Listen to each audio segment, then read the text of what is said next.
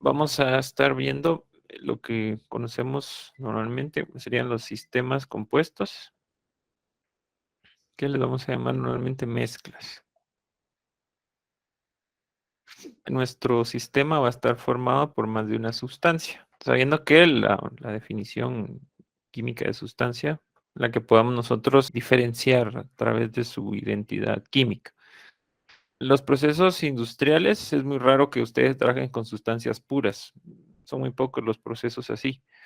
Generalmente trabajamos con mezclas, ¿sí? Donde hay más de un componente. Entonces, por eso es muy importante que todos los conceptos que ya estudiamos en clase anterior los tratemos de aplicar a sistemas donde hay mezcla. Ese es el enfoque principal acá.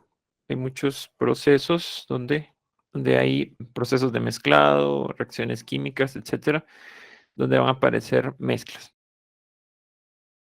¿Sí? Entonces, vamos a trabajar con sistemas cerrados, como hemos hecho nosotros. ¿Se acuerdan que un sistema cerrado es aquel donde la masa es constante, ¿verdad? No hay cambios en la cantidad de materia, pero pueden haber cambios físicos y químicos que, a pesar de cambiar la identidad de la sustancia de aquí adentro, la masa sigue siendo constante. O sea que depende del tipo de proceso.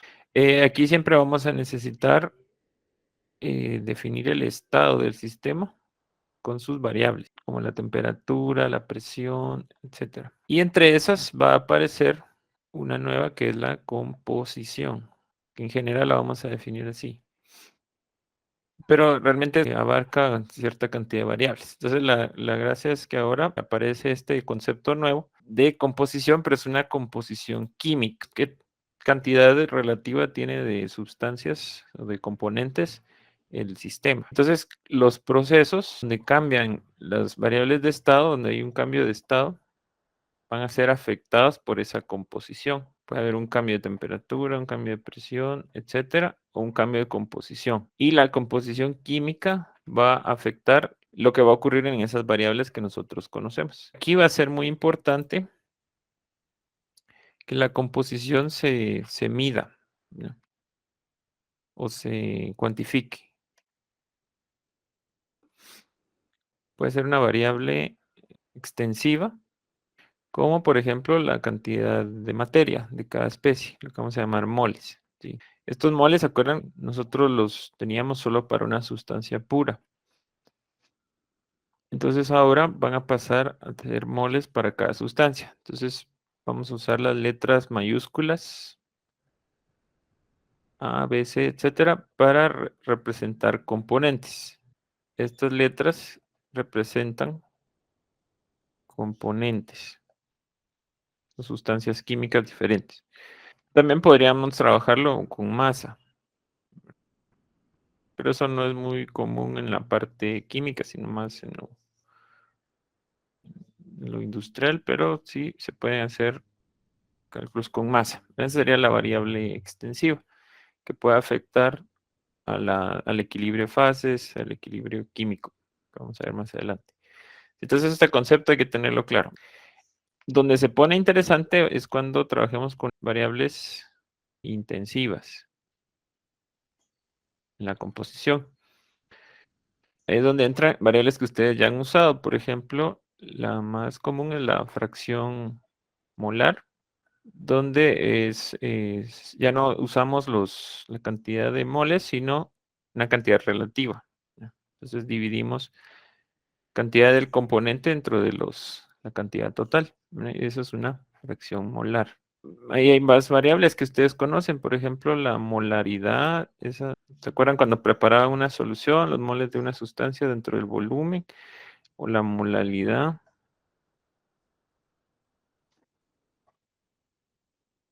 Moles de una sustancia dentro de la masa del solvente. Esas variables hay que tenerlas en cuenta. Por ejemplo, la fracción en masa.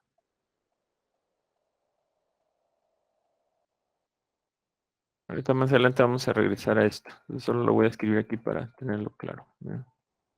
Vamos a poner una Y. Ahí está. Bueno, entonces estas variables ahora van a afectar nuestros sistemas con esta nueva variable que es aparte de la cantidad de moles que hemos estudiado, la fracción molar. Entonces, esta variable tiene una peculiaridad que es una variable bueno, todas, ¿verdad? La de masa también, pero lo que vamos a ver es una variable composicional.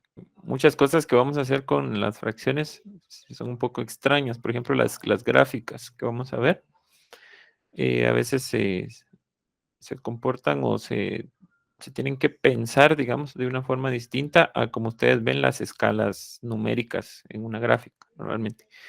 Entonces, esto de la fracción es muy problemático, por ejemplo, cuando ustedes ven cifras en porcentajes. A veces es muy engañoso un porcentaje si no lo sabemos interpretar bien.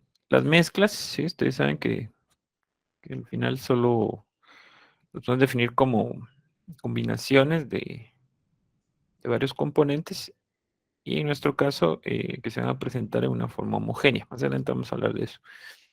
Entonces, para empezar, vamos a iniciar con un sistema, esa región del universo que nosotros seleccionamos para estudiar. Entonces ya vemos que el sistema es este espacio. Nosotros definimos el estado del sistema a través de sus variables. Las variables principales que nosotros hemos usado, por ejemplo, la temperatura, la presión, que se pueden medir aquí, y la cantidad de sustancia que contiene, que era, ¿se acuerdan? Equivalente a la cantidad de partículas que podemos tener ahí adentro. Entonces el estado era ese conjunto de valores que tomaban estas variables y con ellas nosotros podíamos hacer estimaciones de otras variables que definían también ese estado. Algunas variables que eran muy conceptuales, por ejemplo, esta letra Y que usábamos para decir que era cualquier variable de estado, por ejemplo, como la energía interna, la entalpía, la entropía, la energía de Gibbs, energía de Helmholtz, etcétera. Pueden haber otras ahí. Entonces, esas variables que no son medibles, nosotros podíamos generar funciones para, a partir de estas variables medibles, encontrar por lo menos valores relativos o cambios de esos valores. Entonces, recuerden que los cambios están asociados con los procesos. Entonces, un proceso, un conjunto de cambios, matemáticamente hablando, de esas variables. De ahí es que nosotros usábamos las ecuaciones diferenciales. Se planteaba, digamos, un diferencial de una variable que dependía de los diferenciales de estas otras. Por ejemplo, estas tres pueden hacer que cambiara el valor de esa variable principal. Y de ahí que para encontrar los cambios nosotros teníamos que integrar ese diferencial y eso nos daba entonces el valor de la diferencia de los dos valores de los dos estados. Tendríamos que este es un sistema simple, porque solo hay una sustancia, o sea, el número de componentes era 1. Este estado va a ser afectado ahora por la presencia de más de un componente.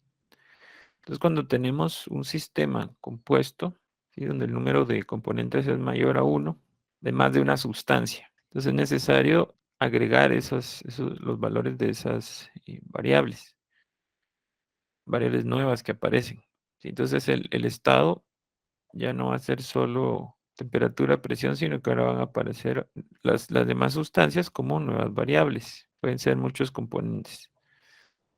Entonces, la cantidad de sustancia ahora hay que matizarla porque hay varias sustancias ahí presentes. Entonces, cada una de esas sustancias tiene diferentes características que en estado puro presentan. Por ejemplo, una característica que vamos a usar mucho es el volumen. Entonces, cada sustancia cuando está pura, está en estado puro, tiene diferente densidad, podríamos decir. Entonces, el volumen que va a presentar una misma cantidad de esas sustancias es diferente. Pero al momento de mezclarse las sustancias, lo que, digamos, nosotros pensaríamos que es una variable que solo hay que sumar, digamos, para encontrar el total, puede ser que aquí nos dé un valor distinto. ¿Por qué? Porque las sustancias a nivel microscópico presentan interacción. Según el modelo cinético molecular, las partículas, perdón, interactúan. Entonces ahí aparecen, por ejemplo, las fuerzas intermoleculares. Esas interacciones pueden causar que el valor de la variable de la mezcla no sea igual a la suma de los valores de esas sustancias separadas. Entonces ese efecto se le llama efecto de mezclado, que viene de un proceso de mezclado. El proceso de mezclado lo vamos a analizar como aquel proceso en el que ustedes obviamente agregan los componentes. Imagínense aquí dos recipientes por separado como estado inicial, que pueden verlo así, o como que fuera un solo recipiente así que tiene las dos sustancias sin mezclarse. Este sería como su estado inicial. Y el estado final es cuando ya están totalmente interactuando. Ese es en sí un proceso de mezclado. Entonces el efecto que produce sobre las variables de estado, este proceso de mezclado, es el efecto de mezclado, valga la repetición. Entonces esto ocurre nominalmente a una presión y temperatura constantes. A eso es lo que le vamos a llamar proceso de mezclado. Un proceso en el que adicionamos dos o más sustancias mientras mantenemos la temperatura y la presión constante. El cambio en las otras variables que no sean estas es el efecto de mezclado. Ya cuando están mezcladas las sustancias, entonces la interacción provoca que el valor de esa variable no sea igual al de la suma de los valores separados. Más o menos es como el concepto de la sinergia. Imaginemos dos sustancias, vamos a hacer unos recipientes aquí. Entonces, imagínense como que fueran dos probetas y ustedes tuvieran en cada una cierto volumen de... Entonces, tenemos, imagínense que la sustancia A es acetona y la sustancia B es agua, pongamos. Entonces, tenemos acá dos volúmenes iguales de las dos sustancias y nosotros los vamos a mezclar en un tercer recipiente donde tenemos ahí A más B. Entonces pongamos el volumen. Vemos que el volumen de cada probeta al inicio es de 20 mililitros. El volumen de líquido que tiene. ¿Qué volumen debería tener la mezcla? ¿Sí? Si nosotros consideramos como aditivo a los volúmenes. ¿Sí? ¿Se acuerdan que en algunos problemas que ustedes han estudiado tal vez en química, les dicen, suponga que los volúmenes son aditivos? Si fueran aditivos, el volumen de la mezcla tendría que ser 40 mililitros. Pero ese es un volumen que tendríamos de forma ideal. Es como el volumen ideal, la suma de los dos volúmenes. ¿Sí? Ser sustancias distintas. Entonces, este volumen sería el correcto si las partículas de A y de B tuvieran una interacción nula o similar a la que tienen cuando están puros. Nos daría este volumen. Pero, como hay una interacción, entonces es posible que el volumen, por ejemplo, si estas sustancias, como son polares las dos, es posible que haya una atracción entre las moléculas. Puede ser que el verdadero volumen sea menor, ¿sí? Sea un volumen real, tal vez de 38,5 mililitros. Me lo estoy inventando. Esta diferencia se le adjudica en este modelo a las interacciones de las partículas. El volumen inicial del proceso de mezclado va a ser el ideal, que es el que ocuparían las sustancias si no estuvieran, si no estuvieran mezcladas. O sea, solo la suma de los dos. Entonces es como tenerlo así. Entonces imagínense ahora el mismo proceso, solo que tenemos acá las dos volúmenes de A y B y este sería entonces el volumen inicial del proceso de mezclado. Y cuando está A y B juntos, vemos que hubo una reducción. Este es el volumen final. El cambio de volumen, lo voy a poner aquí el subíndice mix de mezclado, sería entonces el volumen inicial menos el final. Este cambio de volumen sería lo que tenemos aquí como la diferencia. Y ese es el efecto de mezclado. Cambio de volumen que provoca la presencia supuestamente de las interacciones entre las partículas. Y ese sería entonces su volumen.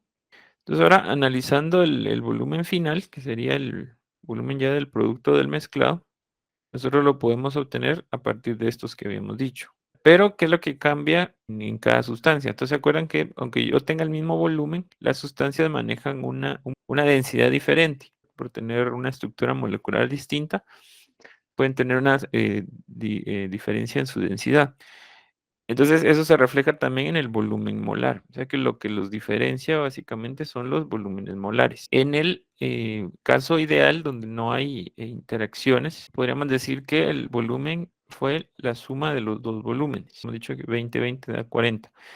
Pero si introducimos aquí el concepto del volumen molar, ¿se acuerdan que el volumen molar era la relación entre volumen y cantidad de sustancia? Número de moles. Entonces, si tratamos de hacer sustituimos esta definición para cada componente, vamos a tener que despejar de acá, es decir, que el volumen total es el producto de los moles por el volumen molar. Podemos sustituir eso aquí. Tendríamos entonces que un volumen ideal sería la suma de los moles de cada sustancia por el volumen que ocupa cada mol, pero cuando están separados. Estos volúmenes molares caracterizan a las sustancias, similar a lo que hace la densidad. Entonces este sería su volumen ideal. ¿Qué pasa en el caso del volumen real? Si nosotros quisiéramos hacer una ecuación igual a esta, no podríamos usar estos términos, porque cuando el mezclado ocurre, las sustancias ya están interactuando. Los volúmenes que son equivalentes o que ocuparían el lugar de estos volúmenes molares ya no son los mismos de estado puro. Ahí aparece que, como siempre, en la termodinámica se puede usar una ecuación ideal, pero hay que corregirla. Entonces, para que el volumen nos dé el valor más cerca del real, tenemos que utilizar unas variables modificadas. Y donde aparecen en este caso, los volúmenes molares parciales. El símbolo que vamos a usar es el más común, que utilizan una línea encima.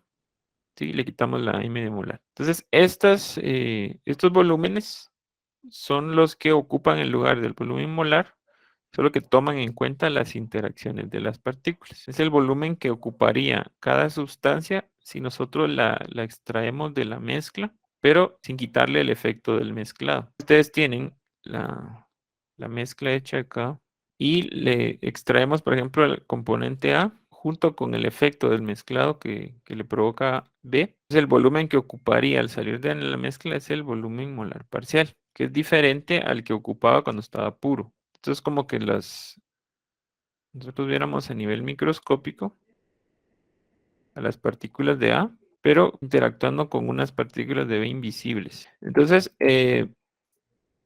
ese volumen es hipotético, porque si ustedes lograran separar A y B de la mezcla, las interacciones desaparecerían y ya estaría como que estuviera puro. O sea que esto que estoy proponiendo aquí, hipotéticamente no se puede hacer. Es un volumen solo que se puede calcular a nivel matemático para caracterizar la mezcla. Entonces, esos volúmenes molares parciales cambian según la cantidad de A y B o la relación entre las cantidades de A y B. Entonces, ahí es donde nace el concepto de la propiedad o variable. Vamos a ponerle variable molar parcial. Lo vamos a poner en general. Es una variable para un componente y le ponemos un guión. Entonces, aquí puede haber volumen molar parcial, que estamos hablando ahorita, entalpía molar parcial, energía interna molar parcial, entropía molar parcial, etc. Este mismo concepto se aplica a todas. Lo que pasa es que con el volumen es más fácil de visualizar. Lo vemos como un espacio. Como les digo, es un volumen que por separado sería solo hipotético, ¿no? O sea, no podemos tener las sustancias con interacciones sin las otras partículas con las que están interactuando. Entonces, eso es lo que provoca esos posibles cambios en el volumen, esas interacciones entre las moléculas. En un experimento pues, se podría probar mezclando, por ejemplo, mezclan el alcohol con agua, ustedes ven que no ocupa exactamente el volumen equivalente a la suma de los volúmenes. Eso es lo interesante. Esta es una forma de verlo. Bueno, ahora vamos a recordar la ecuación del cambio de volumen de mezclado y ver que los volúmenes que son equivalentes a eso justamente son estos dos. El inicial era el volumen ideal y el final era el volumen real. El volumen ideal es equivalente a esto mismo, como que no estuvieran mezclados. Cuando ustedes tienen una mezcla donde están asumiendo que los volúmenes son aditivos, que se pueden sumar, el cambio de mezclado sería ideal, entonces sería igual a cero, porque el volumen de este recipiente que ocupa el líquido, digamos, es equivalente a la suma de los dos volúmenes separados. Los dos valores inicial y final serían iguales si el mezclado fuera ideal. Pero en este caso, como no es ideal, entonces la interacción se introduce y nos genera el estado final distinto a esto y a esta suma. Eso es lo que tenemos que, no tenemos que confundir. Entonces, básicamente, en una mezcla real, el cambio sería entonces la resta de estos dos. El cambio de volumen de mezclado sería igual al volumen real menos el volumen ideal. Si sustituimos esas ecuaciones que hicimos aquí, tendríamos los moles de A por el volumen molar parcial de A más los moles de B, volumen molar parcial de B, más lo mismo pero con los volúmenes de estado puro, cuando las sustancias estaban puras. Aquí es menos, perdón. Entonces, esa sería la resta. Quiere decir que si agrupamos esto para cada sustancia, se dan cuenta, tendríamos una resta de volumen molar parcial, que es el de la mezcla ya hecha, menos el de estado puro. Aquí sí es una suma. Es la suma de las dos diferencias. Estas dos diferencias son los efectos de mezclado de cada uno. Efectos de mezclado molares parciales, se podrían decir. Sí, entonces aquí estaría el volumen que ocupa la sustancia cuando tiene las interacciones, menos el volumen, podemos poner aquí más las interacciones de B, pero sin B. Y acá estaría el volumen cuando está puro de cada mol. ¿Cómo podemos encontrar la definición de este volumen molar parcial por separado?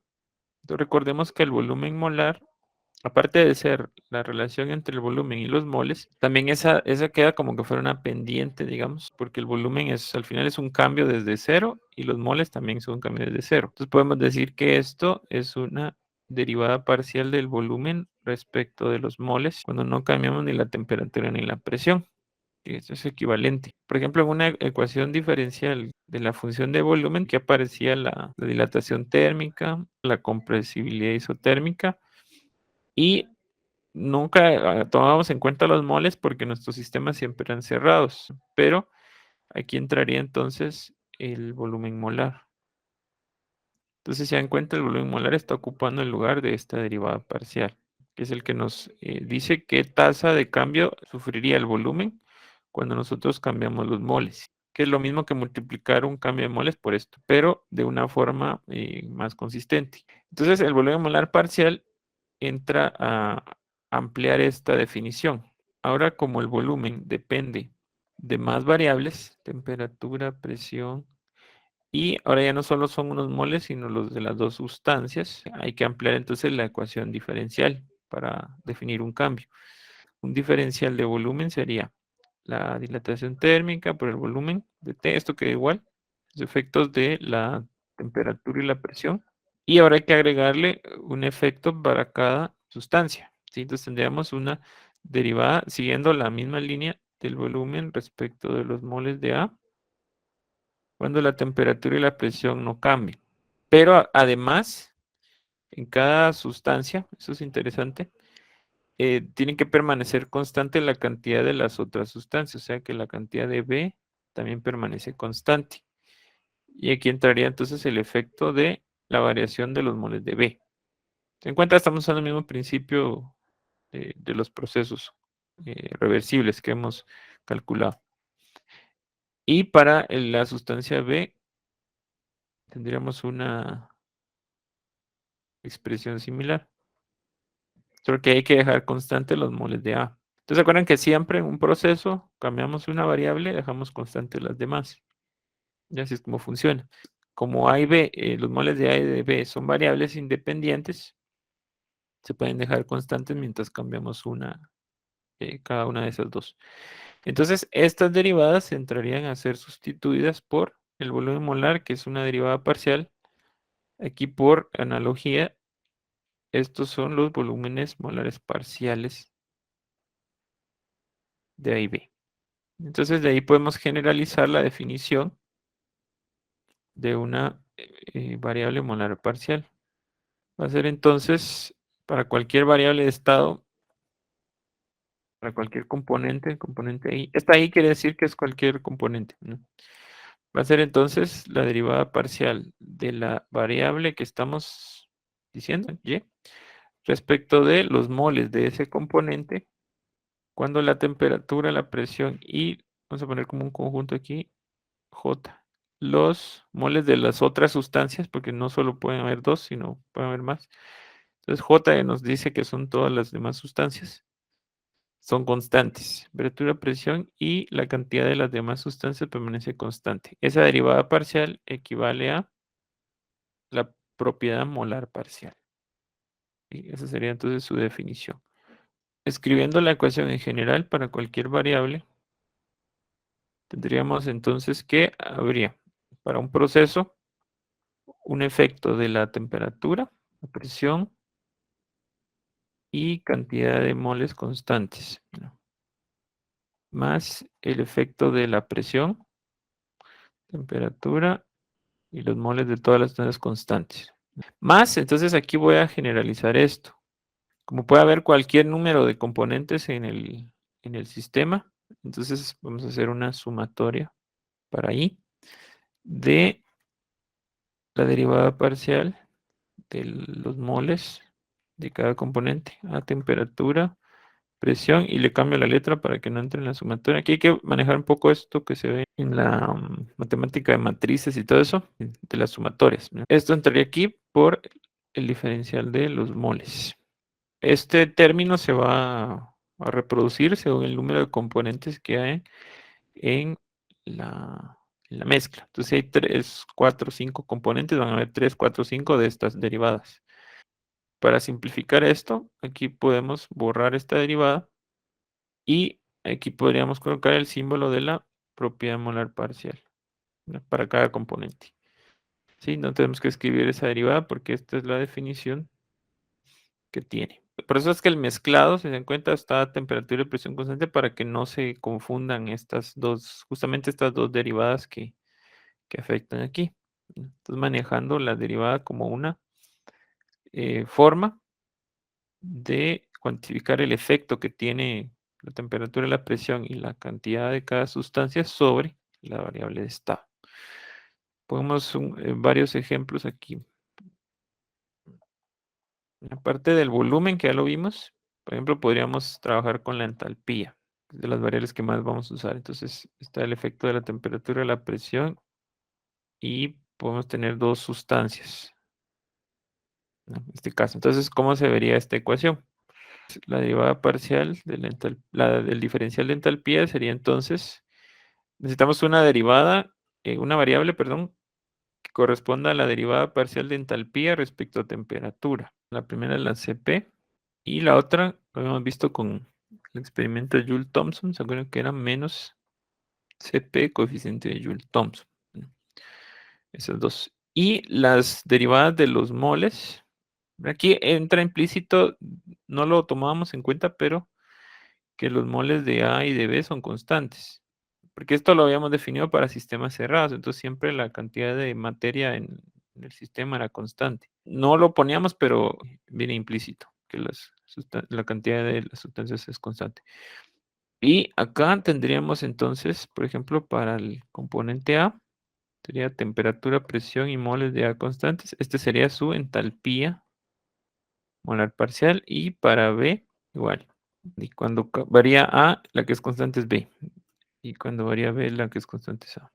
Entonces, esos son sus derivadas, ¿verdad? Entonces, ya podemos nosotros sustituir acá en el diferencial. Entonces, el efecto de la temperatura lo cuantifica la capacidad calorífica. El efecto de la presión lo cuantifica este producto.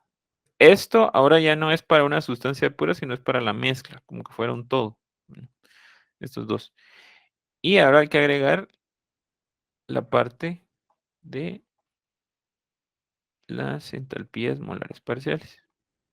Entonces, así es como sería la ecuación diferencial para calcular un cambio de entalpía. Si cambiáramos ya sea temperatura, presión, los moles de A o los moles de B, tendríamos ese efecto sobre la entalpía. Vamos a otro ejemplo, más rápido, digamos. Por ejemplo, la entropía.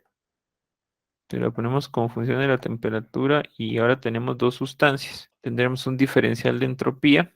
El efecto de la temperatura aquí era Cp sobre T. El efecto de la presión venía de las relaciones de Maxwell. Voy a hacer aquí el razonamiento rápidamente. Ya que nos tenía menos S de T más B de P. Entonces nos quedaba esta derivada.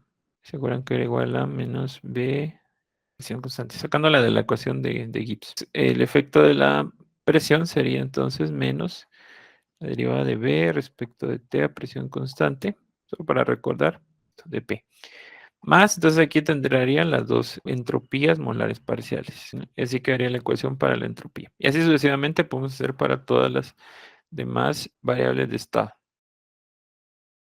Ahora vamos a ver una forma de trasladar nuestra ecuación de una ecuación extensiva, como la tenemos, porque estamos manejando dos variables extensivas ahí. La variable de estado estaría en función de la temperatura, la presión, esas son intensivas, ¿no? Ahí no hay problema.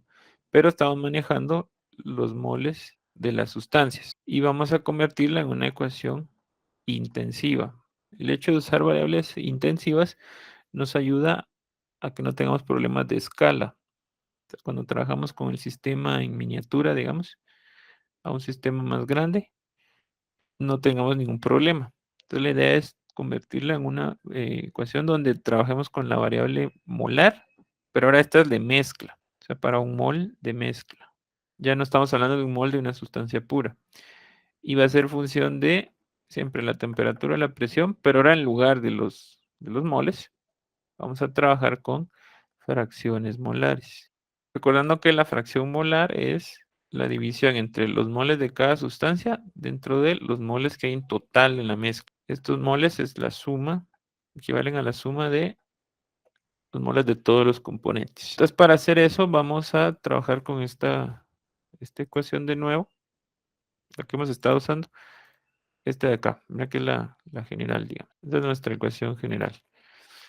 Entonces la voy a volver a escribir aquí. Entonces, cualquier variable de estado va a depender de la temperatura, la presión y todas las sustancias que están ahí presentes. Entonces, para poder extraer de aquí la ecuación que nosotros queremos, vamos a introducir algunas definiciones.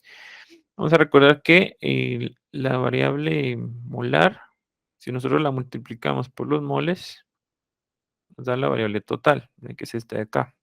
Entonces, si nosotros queremos una variable, un diferencial, perdón, de esta variable, tenemos que trabajar con el diferencial de un producto. El diferencial de Y sería entonces el diferencial del producto de N por Y molar. En la matemática de los diferenciales, si ustedes tienen el diferencial de X y de X por Y, nos daba el diferencial de, podemos escribirlo así, X por el diferencial de Y más Y por el diferencial de X más este producto que daba 0, el diferencial de X por el diferencial de Y.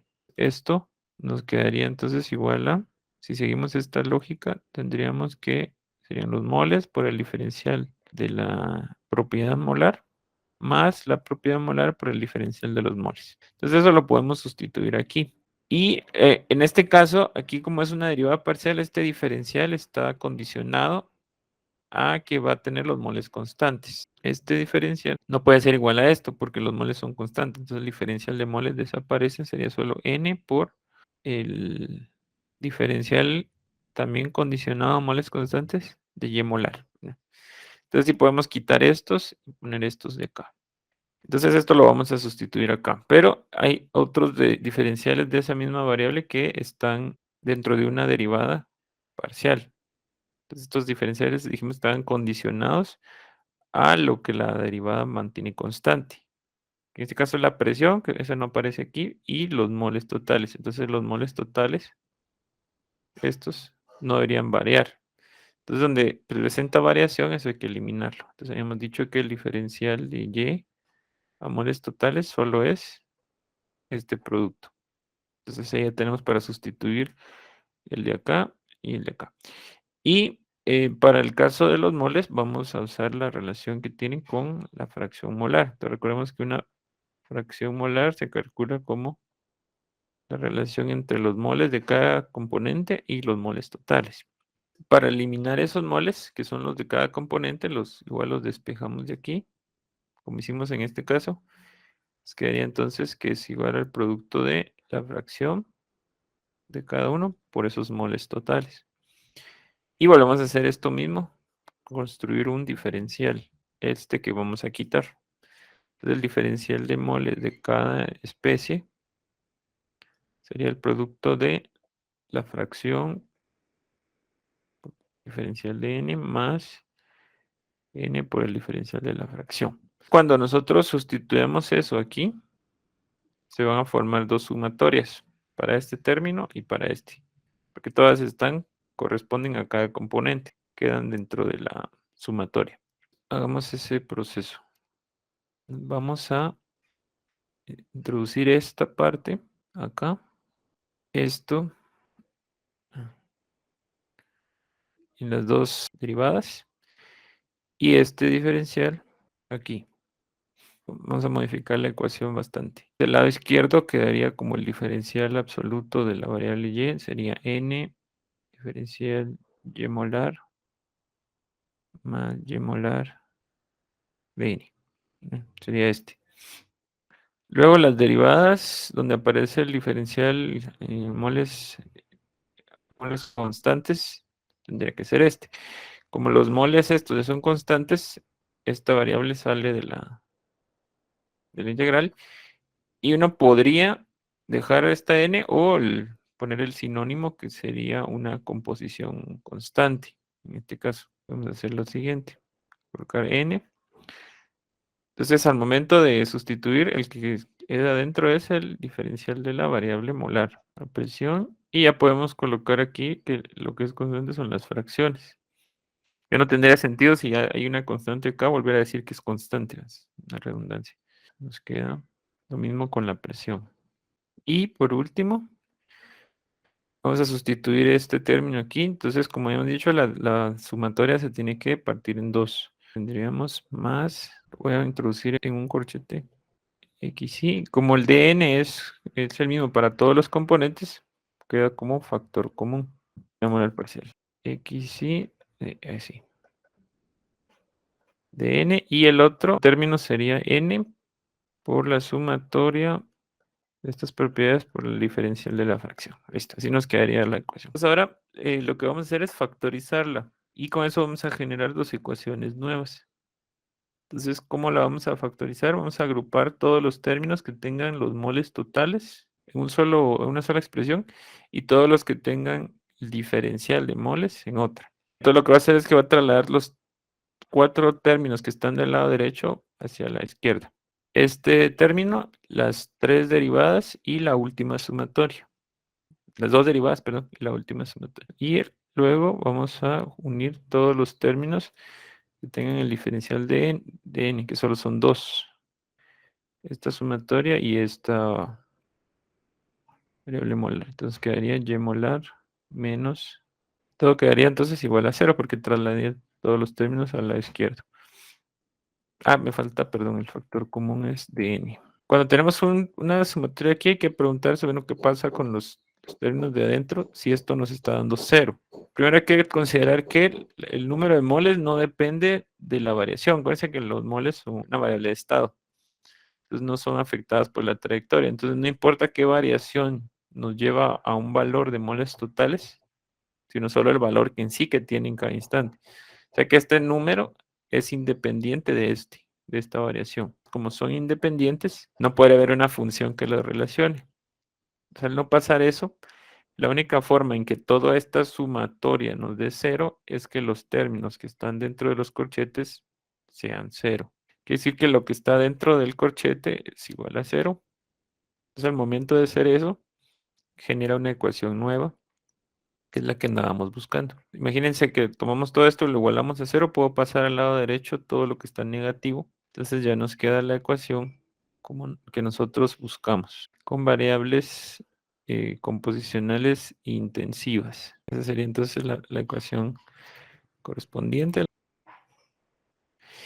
Y el otro término, al igualarlo a 0, también nos ayuda con la relación que tienen las variables molares y las fracciones. Con esto no necesitamos conocer que la cantidad de moles, sino solo la relación que tienen los componentes entre sí. O sea, una cantidad relativa, podríamos decir, si es que tiene sentido eso, que es la fracción. Y las propiedades de la mezcla se van a trabajar por unidad de mol. Acuérdense que todo lo que es molar indica el valor cuando hay solo un mol de la mezcla. Después apareció, bueno, esto se generó mediante los estudios de Josiah Gibbs. ¿No? ¿Se acuerdan de Gibbs? Él hizo una combinación de estas dos ecuaciones para generar otra nueva que nos va a servir ahorita que vamos a ver un ejemplo. Lo que hicieron, otro de apellido Duhem, no recuerdo el nombre ahorita, y lo que hicieron fue generar un diferencial a partir de esta ecuación pequeña y sustituirlo acá. Solo que al momento de hacer una diferenciación de esta ecuación, aparecen dos sumatorias. O sea, vamos a volver a hacer lo que planteamos aquí, ya que cuando tenemos el diferencial de un producto, se generan dos términos. La única variación es que es la sumatoria de productos. Entonces, por cada uno de los términos de esa sumatoria se generan dos términos. Sumatoria de las fracciones por las propiedades molares parciales más sumatoria de las propiedades molares parciales por diferencial de las fracciones. Ahí está. Entonces eso lo vamos a sustituir acá. Entonces, al sustituirlo, van a ver que se elimina este término. Si se dan cuenta, la sumatoria esta que tiene los diferenciales de fracciones se eliminaría con esta al estar aquí del lado izquierdo.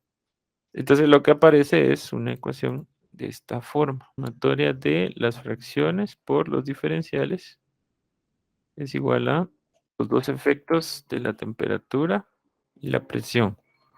Y a esto se le conoce como la ecuación de Gibbs-Duhem. Entonces, esta ecuación, si ya la tratamos de interpretar, ¿qué nos está diciendo? Aquí, si se dan cuenta, tenemos la fracción y la variación de propiedades molares parciales. O sea, que aquí hay un fenómeno en el que las propiedades molares parciales cambian mientras la composición del sistema permanece constante. No varía la composición. Entonces, la única forma en que esto sea posible, según esta ecuación, que cambien las propiedades molares a composición constante es mediante la modificación de la temperatura y la presión. Si nosotros mantenemos la temperatura y la presión constante, estos efectos se harían cero y entonces las propiedades molares parciales solo podrían cambiar en función de la composición. O sea, básicamente nos está diciendo lo que ya sabíamos, que estas propiedades molares parciales, al igual que las propiedades molares, dependen de la temperatura y la presión y además dependen de la composición. Si yo no cambio la temperatura y la presión, lo único que podría hacer variar esto es la fracción, pero si aquí estamos diciendo que la fracción es constante, entonces esta suma, la temperatura y presión constante es igual a cero. Bueno, entonces vamos a hacer un ejemplo usando entalpía. Este ejemplo es fundamental porque vamos a pasar de lo general que estamos aquí a algo particular. Entonces nos dice el enunciado, la entalpía molar, la variable que vamos a usar en este caso es la entalpía de una mezcla líquida. Por ahora vamos a trabajar así. De A y B a 25 grados Celsius, un bar se describe experimentalmente según el siguiente modelo empírico. Entonces está diciendo que la presión y la temperatura son constantes. No estamos haciendo variar esas. Y al decirnos modelo empírico, quiere decir que esto se encontró supuestamente en forma experimental. Entonces, esto es una ecuación que salió de una regresión de datos. Puede ser de calores de mezclado a distintas composiciones, se pone un estado de referencia y ya se puede hallar la entalpía relativa, ¿sí? Que podría estar aquí el estado de referencia. Se hace una regresión y se encuentra eso, ¿no?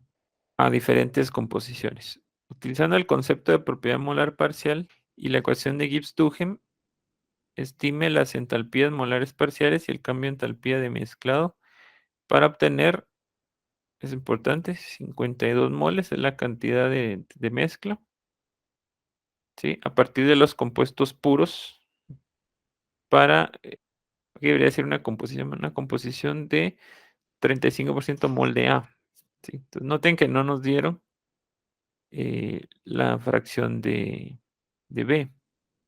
Eso es porque la fracción se puede hallar por resta, ¿no? O sea, la fracción de B sería igual a 1 menos la de A. Sería 0.65. Es la fracción. Entonces nos están dando una ecuación experimental. Entonces ya los datos experimentales incorporan el efecto de las fuerzas intermoleculares. O sea que esto se puede decir que es un modelo realista, solo que no tiene sentido físico, no es una ecuación teórica. Entonces, a partir de ella queremos encontrar las propiedades molares parciales. Bueno, entonces para eso nos van a servir estas ecuaciones que generamos aquí. La primera que vamos a usar es esta, pequeña, donde vemos que la propiedad molar, la variable molar, está relacionada con las propiedades molares parciales a través de esta suma, donde multiplicamos las fracciones por cada una, como es un promedio ponderado, realmente. Promedio ponderado de las propiedades molares parciales, la fracción, esto ya lo habíamos visto, pero con moles. Es equivalente a decir, tenemos en este ejemplo, la entalpía es igual a, lo habíamos visto así, los moles de A por la entalpía molar parcial de A más los moles de B por la entalpía molar parcial de B. Así lo habíamos analizado. Entonces, si dividimos esta ecuación dentro de los moles totales, obtenemos lo que nos dice esta de acá, que la entalpía molar de la mezcla va a ser igual a la fracción de A por la entalpía molar parcial de A más la fracción de B por la entalpía molar parcial de B. Se convierte en esto. Esa es la primera ecuación que vamos a utilizar. Vamos a poner ecuación 1. Para generar la otra ecuación vamos a hacer una diferenciación de esta. Es un proceso que hemos hecho varias veces. Entonces vamos a sacar el diferencial de la entalpía molar. Entonces aquí cada uno de estos términos es un producto. Entonces los vamos a diferenciar. Nos quedaría aquí para A la fracción de A por el diferencial de entalpía molar parcial de A más la entalpía molar parcial de A por el diferencial de la fracción. Más el de B pasa lo mismo. Se vuelven dos términos. Nos queda así. Esto que hicimos aquí es lo mismo que hicimos acá, solo que aquí lo hicimos en general, ¿no? Para un sistema de cualquier número de componentes y cualquier variable. Entonces luego vamos a ver que ese término, al sustituirlo aquí, se obtiene la ecuación de Gibbs-Duhem. ¿Qué nos dice la ecuación de Gibbs-Duhem? Si este es un estado, o sea, la temperatura y la presión no están variando, entonces esta sumatoria, ¿cuánto tiene que darnos? Entonces estos dos se hacen cero, y entonces esta sumatoria tiene que ser igual a cero. O sea, si trasladamos la ecuación de Gibbs-Duhem al ejemplo, nos quedaría que la fracción de A por el diferencial de entalpía de A más la fracción de B por la entalpía diferencial, perdón, por el diferencial entalpía molar parcial de B es igual a el efecto de la temperatura sería Cp de T en el caso de la entalpía, ¿se acuerdan? Y el de la presión es Cp coeficiente de Joule de P. Así se vería la ecuación de Gibbs-Duhem ya en el caso particular que estamos viendo. Lo que pasa en este caso es que como estamos en un estado, no está variando ni la temperatura ni la presión, y en un mezclado tampoco varían nominalmente, entonces estos dos efectos se eliminan, ¿no? Que no hay variación. Entonces nos indica que la sumatoria de estos dos términos es igual a cero. ¿Y dónde están esos términos aquí? Justamente son estos dos. Entonces quiere decir que la sumatoria de la fracción de A por el diferencial de la entalpía molar parcial de A más lo de B nos tiene que dar cero. Entonces estos dos se pueden eliminar gracias a la ecuación de Gibbs-Duhem. Y solo nos quedan los términos donde aparece la propiedad molar parcial constante, ¿no? Ese es el caso. Y generamos entonces una ecuación 2 de la siguiente forma. Vamos a poner aquí.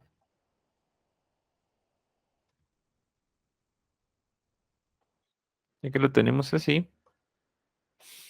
Aquí hay alguna propiedad interesante de las fracciones, ¿se acuerdan? Voy a escribir acá, que las fracciones, al sumarlas, tienen que dar 1. Como solo hay dos componentes, tienen que dar 1. Si yo le aplico diferencial a esto, resulta que el diferencial del 1, que es una constante, nos va a dar 0.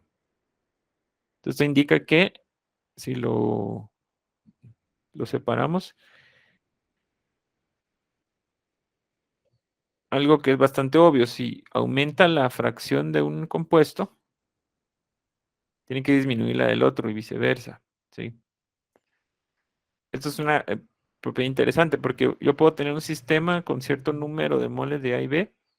Si agrego más de A, aunque la cantidad de moles de B permanezca constante, su fracción también va a cambiar. Y va a cambiar en forma opuesta a la de A. ¿Sí? Eso es lo que quiere decir esto.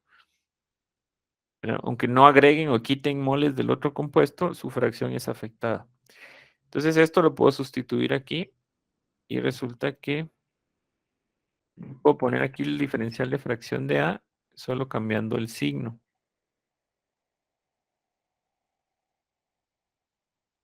del segundo término. Lo puedo haber hecho con B también, no era obligatorio hacerlo así. Entonces ya nos queda como factor común la fracción de A. Podemos agrupar los dos términos. Y esto es lo opuesto a resolver una ecuación diferencial. Podemos formar la derivada de la entalpía molar. Va a ser igual a esta diferencia. ¿No? Entonces, la derivada de la entalpía molar respecto de la fracción es igual a la diferencia de las dos entalpías molares parciales. Y eso es lo que obtenemos de ahí. Entonces, esta sería nuestra ecuación 2. Entonces, ¿por qué numeré esas ecuaciones? Porque vamos a construir un sistema de 2 por 2. ¿Cómo vamos a lograr eso? Como las dos propiedades molares parciales son las incógnitas, entonces nos quedaría de esta forma. La ecuación que teníamos, la 1. Voy a volver a escribir esta solo para ponerla ahí. Entonces, lo único que nos hace falta es encontrar los valores de estas. ¿Cómo podemos hacer eso? Muy sencillo. Como nos dieron la ecuación, podemos hallar la entalpía molar sustituyendo la fracción a la que queremos nosotros la mezcla. Sería 0.35. Sustituimos aquí 0.35 y ya nos aparece obtenemos el valor de la entalpía molar. ¿Ya? Y luego podemos derivar esta ecuación y volver a sustituir para encontrar el valor de la derivada. Muy bien, entonces vamos a empezar derivando esto, ¿no?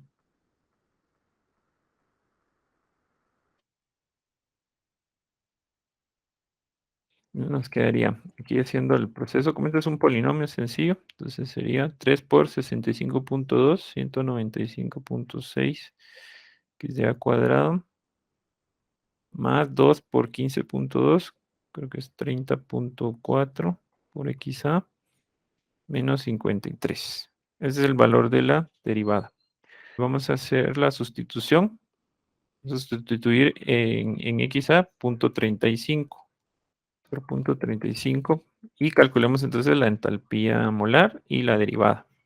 Ese es el valor de la derivada, supongo. Y también necesitamos el valor de h, sí, sin derivar. Sí. Entonces, cuando la fracción es 0.35 para A, entalpía molar va a tener un valor y la derivada va a ser menos 18.9. Como la fracción es adimensional, esto va a estar también en joules sobre mol, igual que la entalpía. 7436.10. 74 joules sobre mol también. Ok, entonces ya teniendo estos dos valores, los sustituimos aquí conocemos las fracciones, entonces las únicas incógnitas van a ser las entalpías molares parciales. Entonces vamos a armar el sistema. Sería aquí, lo voy a colocar como que fuera dimensional, pero ya sabemos que tiene dimensionales. Entonces aquí sería para A, la fracción es 0.35, para B es 0.65. Y la otra ecuación sería menos 18.399 h de A menos h de B. Entonces aquí ya podemos resolver un sistema de 2 por 2 y encontrar los valores de las dos entalpías. Tendríamos entonces 7424.1481. Entonces también están en Joule sobre mol.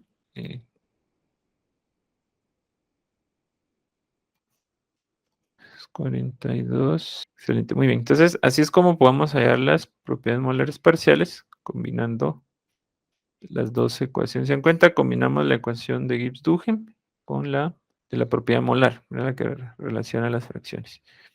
Entonces, ahí tenemos los valores y podemos corroborar, bueno, eso es obvio que porque estas ecuaciones se usaron, pero si se en cuenta la entalpía molar es un valor que está entre los dos valores de las molares parciales.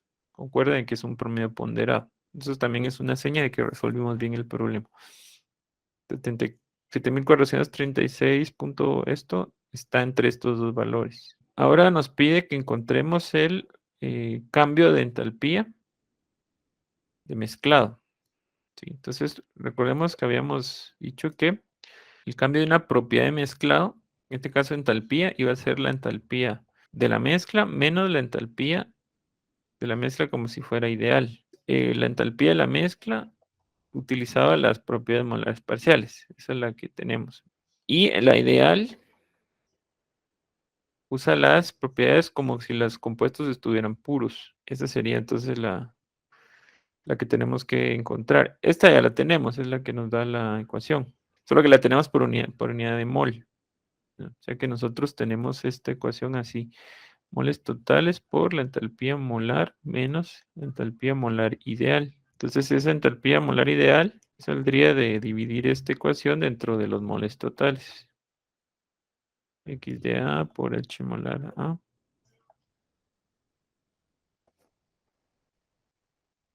X de B.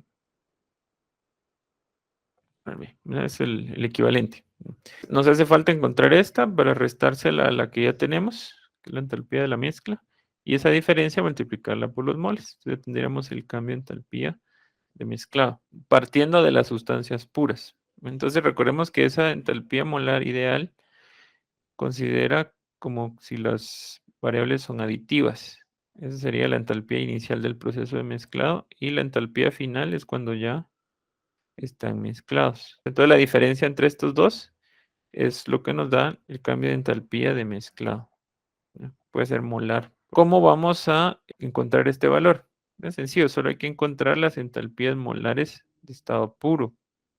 ¿De dónde sacamos eso? De la misma ecuación que nos dieron. Si nosotros tenemos el compuesto A en estado puro, ¿sí? Su fracción va a ser igual a 1. Y cuando tenemos el compuesto B en estado puro, la fracción de B es igual a 1. Pero la de A, ¿cuánto vale cuando la de B vale 1? Tiene que valer 0. Fíjense que la suma de fracciones siempre es igual a 1. Entonces lo que hay que hacer nada más es sustituir en esta ecuación la fracción igual a 0 y la fracción igual a 1. Y eso nos va a dar las entalpías de estado puro. La entalpía de A molar va a ser igual a la entalpía molar cuando la fracción de A es igual a 1.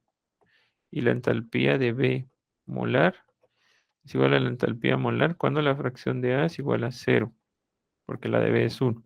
Entonces, sustituyendo eso, cuando XA es 0 es fácil, porque se elimina todo, solo queda 7450, que sería la de B. Ahora hagamos, cuando es 1 es solo sumar todo esto. Según mis cálculos da 7477.4. Las entalpías molares parciales, entonces solo hay que sumarlas y multiplicarlas por las fracciones de la mezcla. Entonces sería 0.35 por 7477.4 más 0.65 por 7450. Entonces ya eso lo podemos sustituir aquí y nos queda conseguir cuántos moles eran. 52 moles por la diferencia de las entalpías, ¿no? Entonces el delta H de mezclado es igual a 52 moles por la entalpía molar, que ya la tenemos, es esta, 7436, menos la ideal, que sería 7459.59 joules sobre mol. Sería lo que va aquí. Entonces ya calculemos esto y terminamos el problema. Noten que nos va a dar negativo. Bueno, entonces nos da 1221.0926 joules, ¿no? Que eso es lo que queda aquí. Bueno, entonces aquí es donde vamos a utilizar lo que se llaman las variables composicionales. En este caso, la fracción molar, ¿se acuerdan que tiene esta propiedad que cuando uno suma las fracciones, por ejemplo, en este caso que solo son dos componentes, la suma siempre nos da 1. Todas ese tipo de variables en su escala, que todos sus valores se suman y nos dan una constante, se llaman variables composicionales. Están relacionadas, por ejemplo, con el porcentaje, con las proporciones, etcétera. Entonces eso hace que al momento de graficarlas, la forma de interpretar los valores en una escala sea distinta a variables como la temperatura, la presión, que van de 0 a infinito, por ejemplo.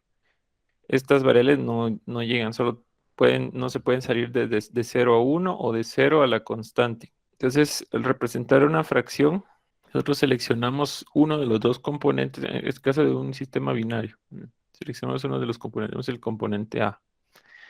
Entonces, esta escala empieza en 0 y obviamente termina en 1. Ya no puede salirse de ahí.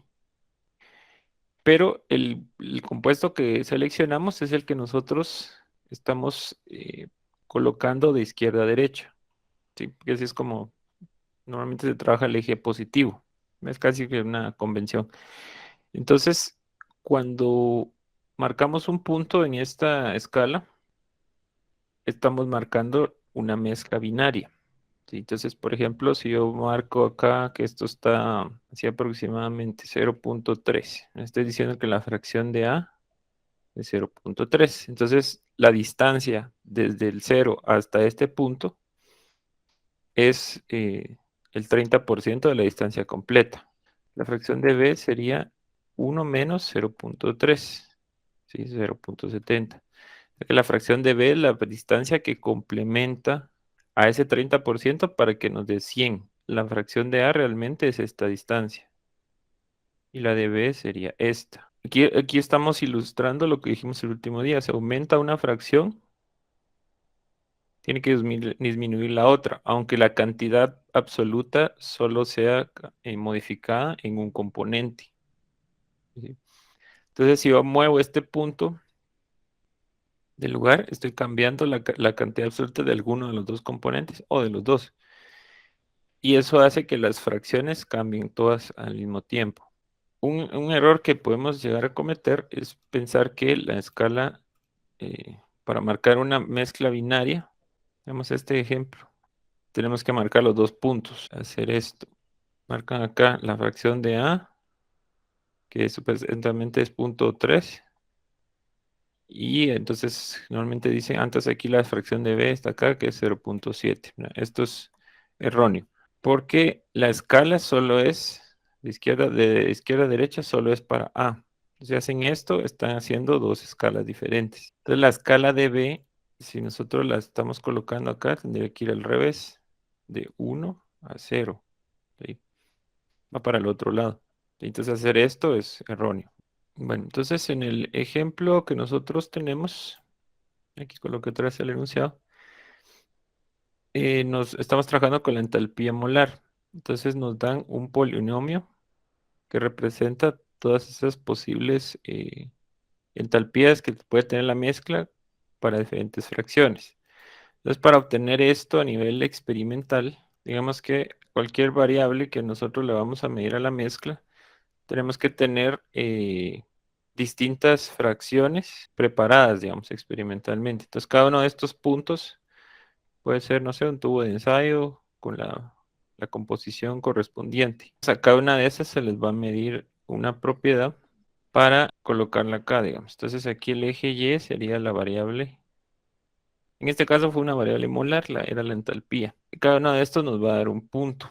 Es que tenemos también las sustancias puras. Este 0 y 1 nos indica que del lado izquierdo solo tenemos al componente B, porque la fracción de A es 0, entonces solo hay componente B en estado puro.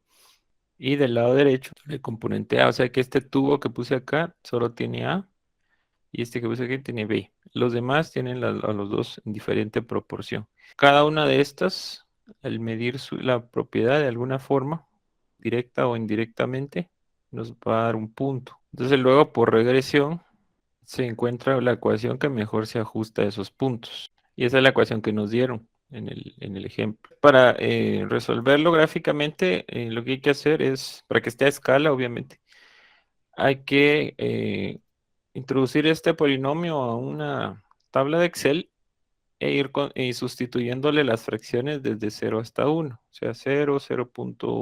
Depende de qué tan precisa la queramos. Podemos ir de punto 1 en punto 1 o de punto 0,5 en punto 0,5. Introduciéndole datos y ya que lo tenemos, nos queda una gráfica como esta. Aquí la tengo en un Paint.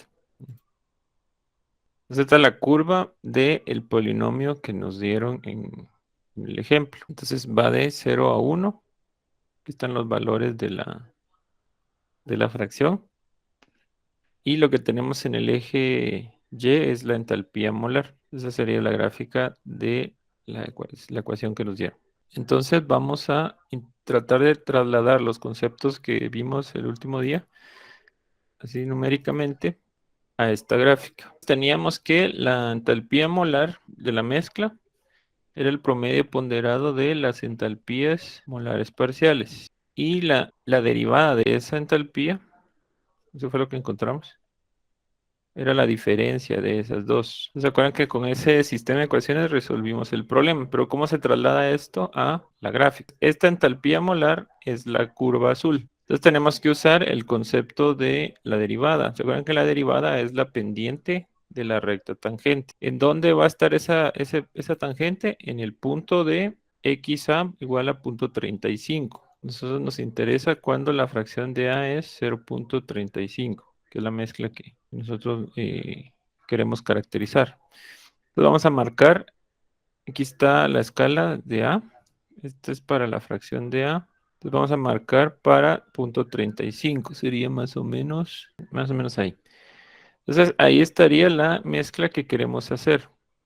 Entonces vamos a marcar acá una recta, vamos a usar el color verde, voy a usar una línea más o menos delgada, ahora en rojo. Bueno, entonces desde acá, este es el valor de la mezcla. Entonces, cuando nosotros sustituimos esta fracción de punto 35 en la ecuación, lo que hicimos fue un ploteo sobre esta curva y nos dio este valor, que es casi un poco arriba de el promedio entre estos dos. 7,435 más o menos, 36 por ahí. Nosotros no tenemos los valores.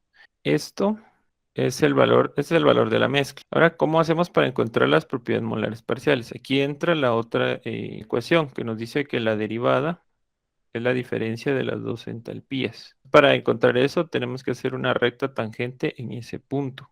Cuando sustituimos esta fracción, obtuvimos los siguientes valores. 7,436,11 casi. Pero aquí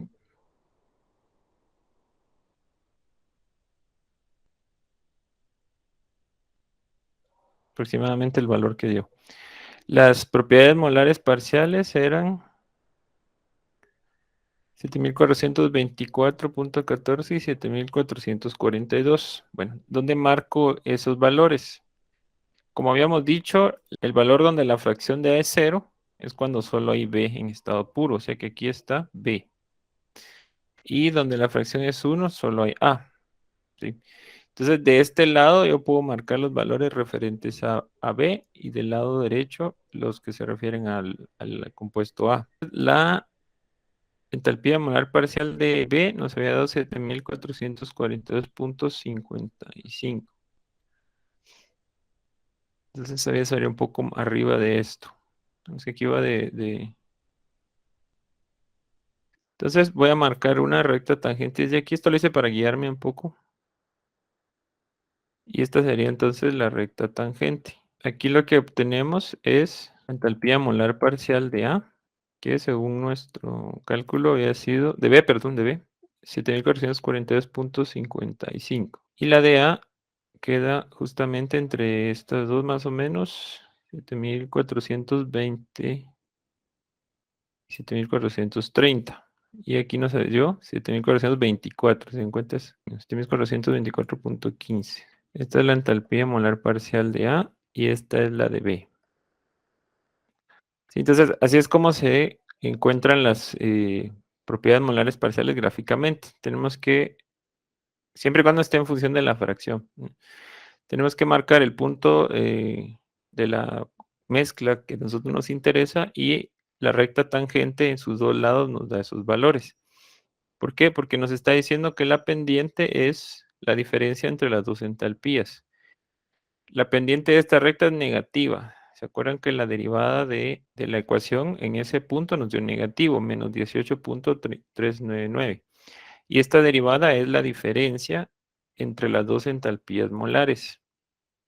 Entonces, si yo resto las dos entalpías molares, estas de acá, justamente la distancia. Si yo hiciera un triángulo acá, voy a hacer así algo borroso para no llenar de líneas esto.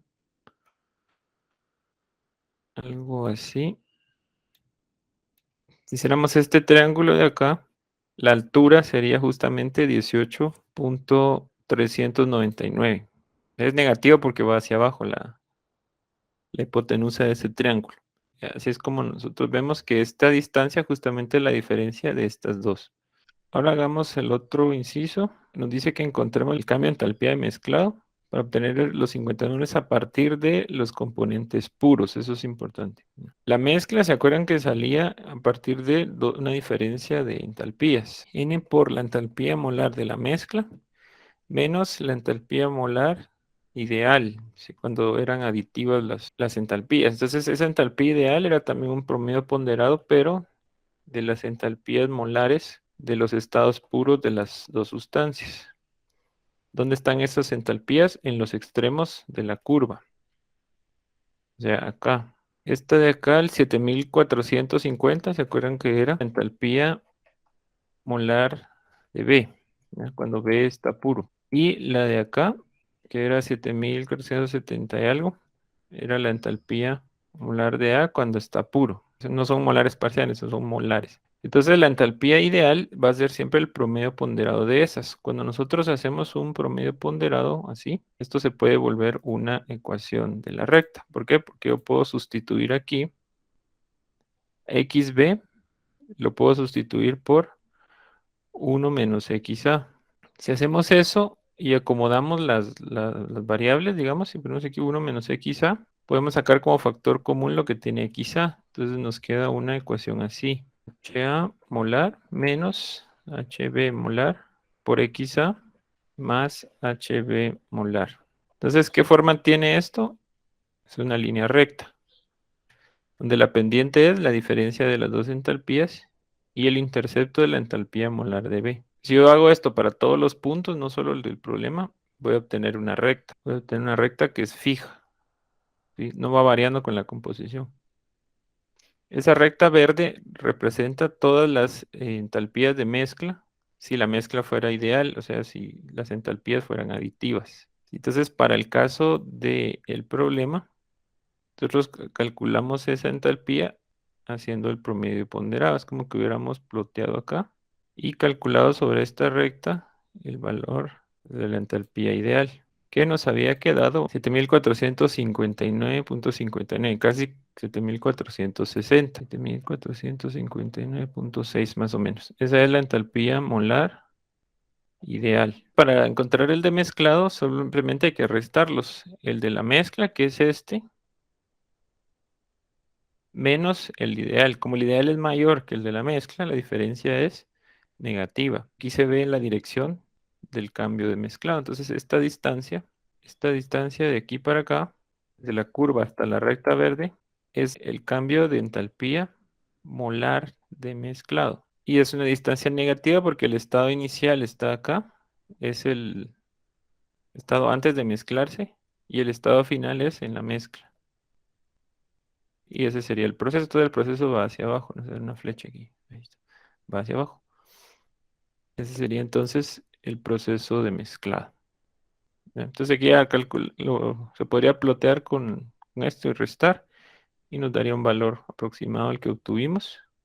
Solo que es antes de multiplicarlo por los moles. Bueno, no solo lo multiplicas por los moles. Aquí todo se trabaja para un mol. Si ustedes hacen esa resta, tienen que multiplicarlo después por 52 para que les dé la respuesta que obtuvimos. Entonces, así es como se trabajan todas las propiedades molares gráficamente. Entonces, ya depende de qué variable sea, de qué mezcla estemos trabajando. Esta curva azul puede tener distintas formas. ¿Sí? Incluso puede quedar en la parte negativa del eje Y, porque puede ser que la referencia esté arriba de los valores. O sea, aquí puede pasar muchas cosas, depende del caso que estemos trabajando. Pero en sí, geométricamente, la forma de trabajarlo es la misma. ¿Sí? Entonces, si generalizamos esto, siempre que ustedes quieran encontrar gráficamente propiedades molares parciales para cualquier propiedad molar, si la tienen en función de la fracción, imagínense que la gráfica es así. Esta es la gráfica de la Y molar. Entonces, siempre lo que tenemos que hacer es encontrar el punto, digamos, que fuera este, y trazar ahí la recta tangente. La recta tangente, entonces, de este lado, según quien esté aquí en la fracción, si va de 0 a 1, de este lado estaría la propiedad molar parcial de A, y de este la propiedad molar parcial de B. Y esa recta tangente nos dice dónde están. Entonces, por ejemplo, si nos damos cuenta, esta recta va cambiando de pendiente conforme nos movemos en la curva, en la composición. Entonces, ¿qué pasará en un máximo, en un mínimo? Las propiedades molares parciales van a ser iguales, porque aquí va a ser una línea horizontal. La pendiente es 0. Entonces, eso puede pasar también en un caso. Si hicieran una mezcla aquí, en el máximo, la pendiente es una recta. Entonces, las dos propiedades molares parciales son iguales, y así sucesivamente. Y para los procesos de mezclado, vemos que la gráfica es así. Hagamos uno al revés. Entonces, aquí tendríamos en estos puntos las propiedades de molares de estado puro, ¿no? La de la izquierda es la de B. Y siempre el estado antes de mezclarse va a estar sobre una recta formada por estos dos. Entonces, esta recta representa la propiedad molar ideal de la mezcla y esta representa la real. Entonces, para cualquier punto que nosotros tengamos ahí, el cambio de la propiedad de mezclado va a ser la diferencia entre esas dos curvas. Entonces, aquí el proceso iría al revés. Este tendría un valor positivo por la forma de la curva. Entonces, depende, se en cuenta de la concavidad que tenga la línea de la propiedad molar de mezcla. Así va a ser el signo del cambio de mezclado.